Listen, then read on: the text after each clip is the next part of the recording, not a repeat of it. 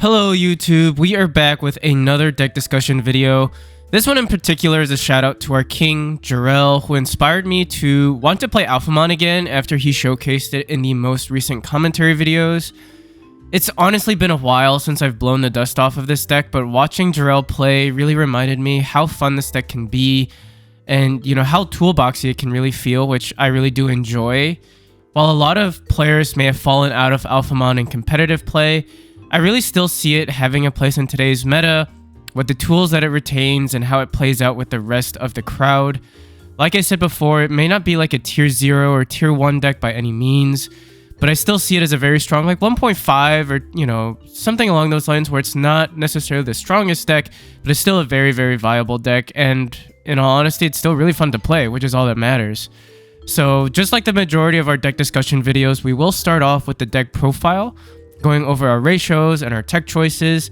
Afterwards, we'll hop right into a brief discussion on how I like to pilot the deck, what plays I look out for, and how the deck overall fits into the BT14 meta and moving forward. So before I hop into the profile, as always, thank you guys for always tuning in and showing your support. We really appreciate every one of you, both new and old. If you are new to the channel and have yet to subscribe to us, hopefully we've done enough to convince you to join us on our journey, and without further ado, let's hop right into it. Alrighty guys, so in terms of our eggs, we're going to be running 4 of the BT7 Doraemon. I really think there's no other egg to run for a deck like Alphamon. Being able to draw a card every time you slot a source in is just really good value. So Doraemon, I think, is the icing on the cake for that. In terms of our rookies, we're going to be running 4 Dorumon, really there for the inheritable. Every time you slot a card underneath as a source, you get to gain a memory. Do note that if you do slide the Dorumon underneath, you still get to gain a memory. So pretty good for kind of extending your plays, extending your turn a little bit more. It does have the added benefit of being a searcher, so if you are missing your pieces, you do need to search. Like, it can add as that it can act as that sort of searcher that you need, but you're really trying to use it as an inheritable. Next, if you saw my other video, we are doing this sort of rookie spread because I couldn't really decide which one I liked most. But we're going to start off with here. We're going to do BT9 Dorumon, really just to allow you to help unbrick if you find yourself in that unfortunate situation. Being able to pitch a card to draw 2, I think is still pretty decent, particularly a deck that at times will struggle with consistency. Having that option to say, look, like, I don't like what I have in hand, or look, I'm missing this piece, let me just pitch something and draw 2. That's really, really good. Sunariza is really there just for the inheritable. I don't want to run it at more of a 2 of, just because he is not an X-Antibody trait, so he's not searchable. It will whiff, I think, the more you tend to kind of play it. So I think a 2 of is just okay. Being able to give your stack +1 security check if you're 13k or more is definitely really, really nice for this deck, to give it that extra kind of oomph that it was maybe missing. And then I do round out the rookies with 2 Ryudamon, mainly again for the ability to just drop it down for a search. The inheritable to give decoy, in my opinion, has never really come up for me, so I don't really use it. But the searching ability to just like search top 3, pick up an X-Antibody card, I think is still pretty decent. Moving on to the level 4s, we've got 4 Darugamon from BT7. Decent card because if it is on the field, it is a blocker, so can come up at times. The only condition it needs to become a blocker is that you have another card with X-Antibody in play. So more often than not, you can meet that requirement pretty easily. So this can come up as a sneaky blocker. The inheritable of all turns to give your stack +1 KDP is really why it's there. So I think pretty decent.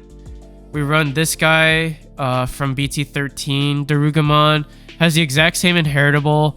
I wanted to go for the split mainly because this is a 4 cost and this is a 6 cost.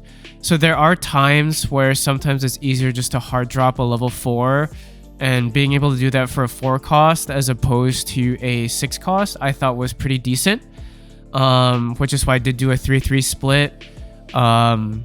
I think there is a world where maybe I do a 4 and 2, 4 of the BT14 and 2 of this guy, but I do like that kind of sneaky blocker play too.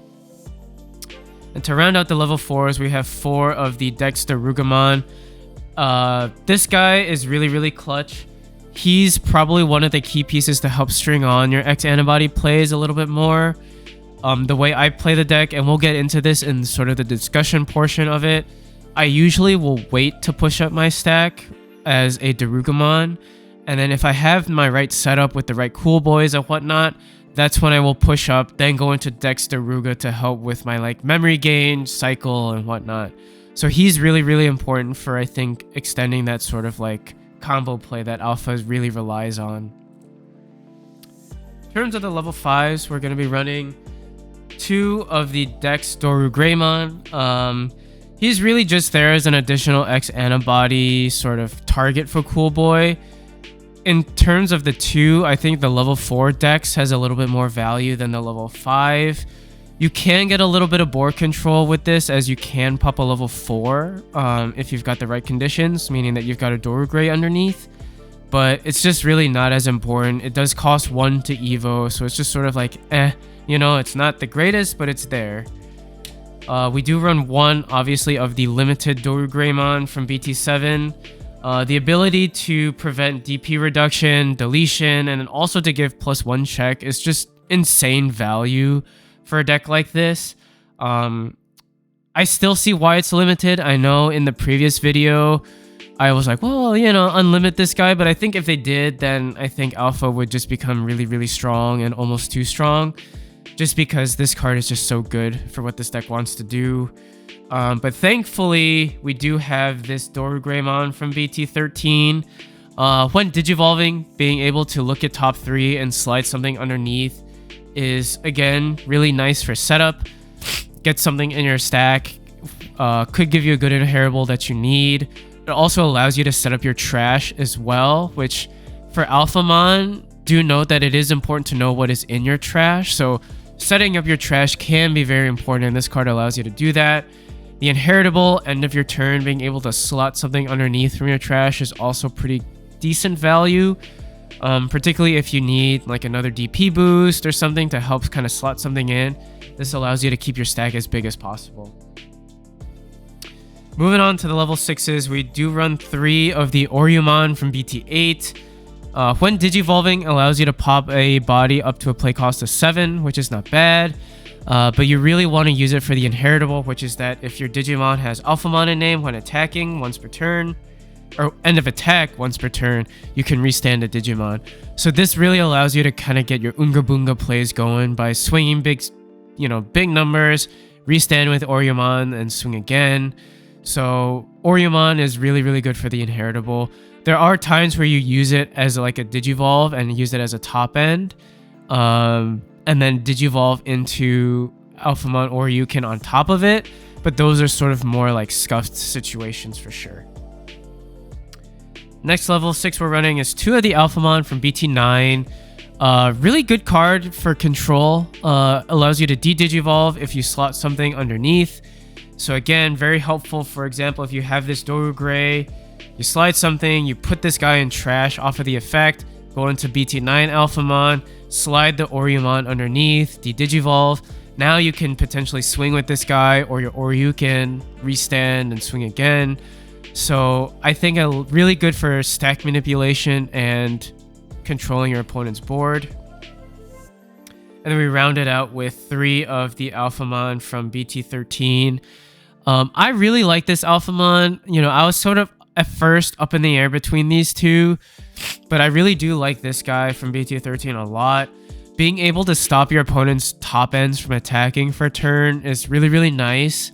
And being able to kind of prevent leaving, you know, like the stack leaving play is also really good.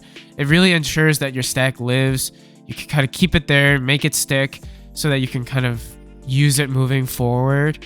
So I really like this Alphamon's effect here for sure. And then we round out our Digimon with 3 Oryukin mode. Just really busted, you know? Being able to Digivolve, pass turn, and then strip sources to gain memory is just insane. You know, when you Digivolve on top of an Alphamon with Oriomon in its stack, it's the Digivolve for 3. So you're basically able to swing back to an insane amount of value that way. And then being a 16k body also is not insignificant, right? You know, there's a lot of decks now that DP reduce. Being able to hit 16k, which is a threshold that's very difficult to delete even just off of DP reduction, is really, really nice. On top of the sort of X-Antibody built-in inheritables to prevent DP deletion, you know, this guy is going to be insured living, and it's going to be a very annoying 16k body that's swinging potentially multiple times each turn. So if you can get into this guy, I mean, your opponent is going to have a very difficult time dealing with it. Moving on to the tamers, we do run obviously 4 Cool Boy. Sort of like the heart and soul and really the gas of this deck. A 2-cost searcher to hit basically everything in this deck. Being able to go into Dexteruga to gain a crap ton of memory, being able to draw a ton off a Cool Boy, just is what makes this deck go. Without Cool Boy, I think this deck is just sort of like a lame duck. Like, it really can't do a whole lot. And I think Cool Boy is really what makes this deck tick. So a 4-of for sure.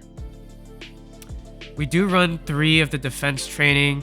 Again, being able to search and then also reduce your Digivolution cost makes your plays a lot more efficient, which obviously getting into Oryukin is what you want to do as quickly as possible. So in order to facilitate that, I think the trainings are really, really good addition to this deck.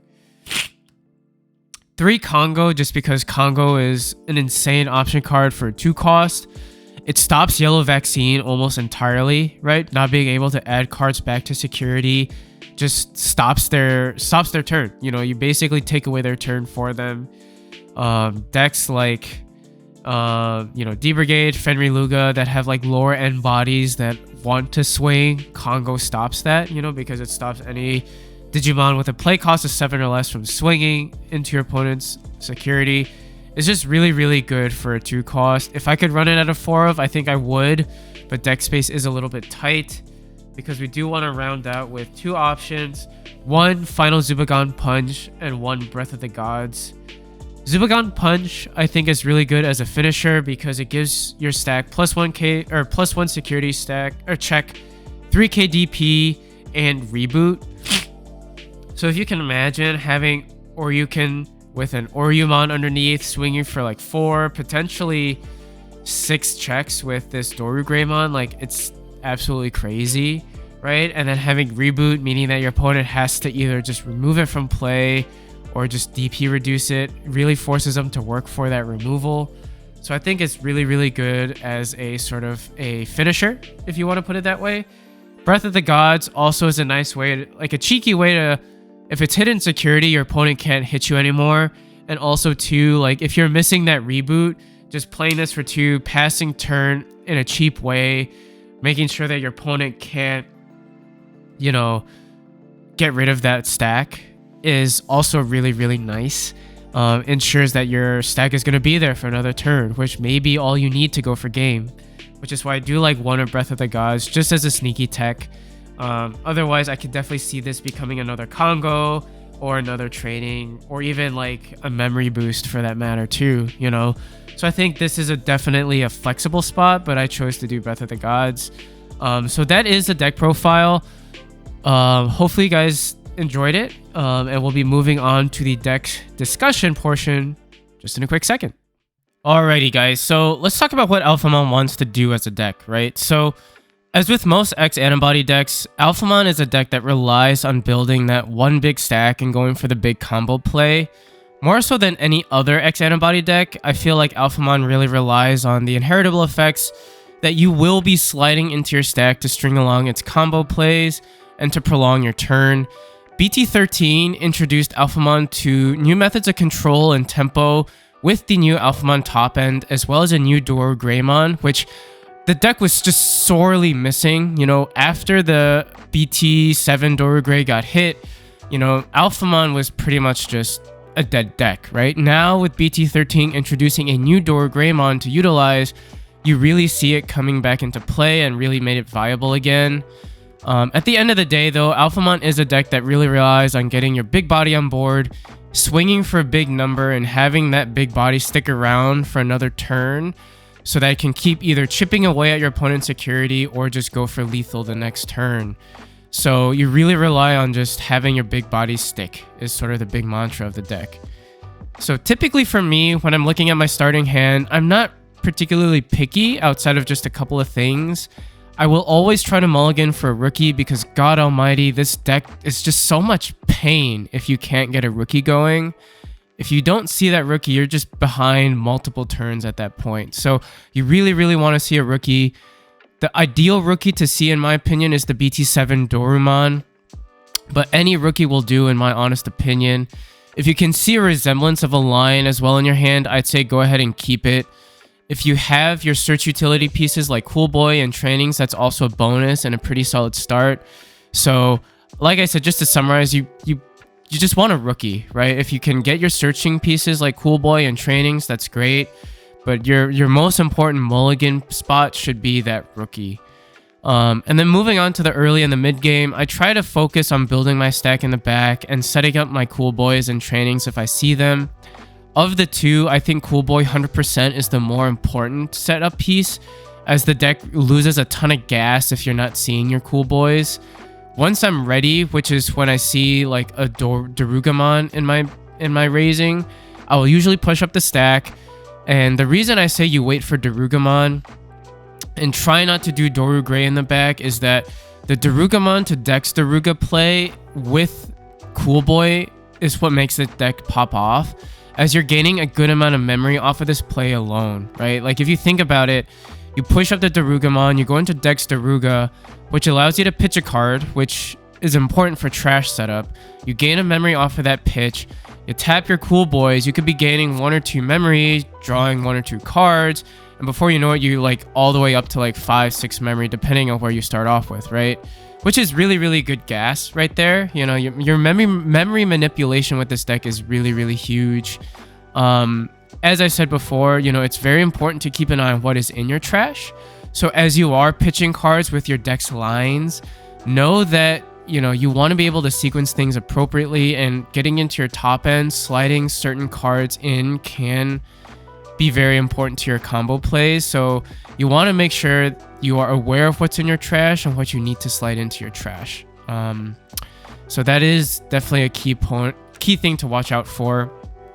Once you're ready though, it's really just time to fly, right? Because with this deck, you can climb right into your top end very, very quickly if you hit the right pieces. During this time, you would ideally have 1 or 2 Cool Boys in play, and a training or 2 doesn't hurt. If you are going into BT14 Doru Greymon, which allows you to set up your trash, make sure you know what's in there and what you need again, just because it's very, very crucial to pull off the big Oryukin play. Getting an early Oryumon in trash is never a bad thing. And I say that because typically BT9 Alphamon, when you go into it, right, you're going to slide a card from trash. What you'll want to do is go into that Alphamon, use its Digivolving effect to slide an Oryumon underneath, which then allows you to, of course, de-Digivolve your opponent. But then, as you go into Oryukin, not only are you reducing its Digivolution cost, you're also able to restand your stack when you swing. So do keep that in mind, in that an early Oryumon in trash is never really a bad thing. So if you can get that bad boy into trash like turn 2 or 3, you're pretty set up for your big time play. As you go into Oryukin and you do pass turn, you start to strip sources. Also keep in mind that the Darugamon Inheritable is an all turns effect. And I say that now because we are in a meta where DP actually does matter to some degree, right? With Yellow Vaccine and Fenry Lugo also being able to kind of go up to crazy amounts of DP, sometimes having that extra DP buff can be helpful. So it's sometimes, you know, it can get very easy to get lost in the sauce of just stripping your sources and losing out on that extra DP just for the sake of memory gain. Sometimes you do want to be mindful and keep those Darugas in your inheritable stacks just to make sure that your Oryukin is big enough to live or big enough to swing into bodies next turn. So overall, like I said, the deck is still really, really fun to play and has that potential to really have that sort of explosive feel to it.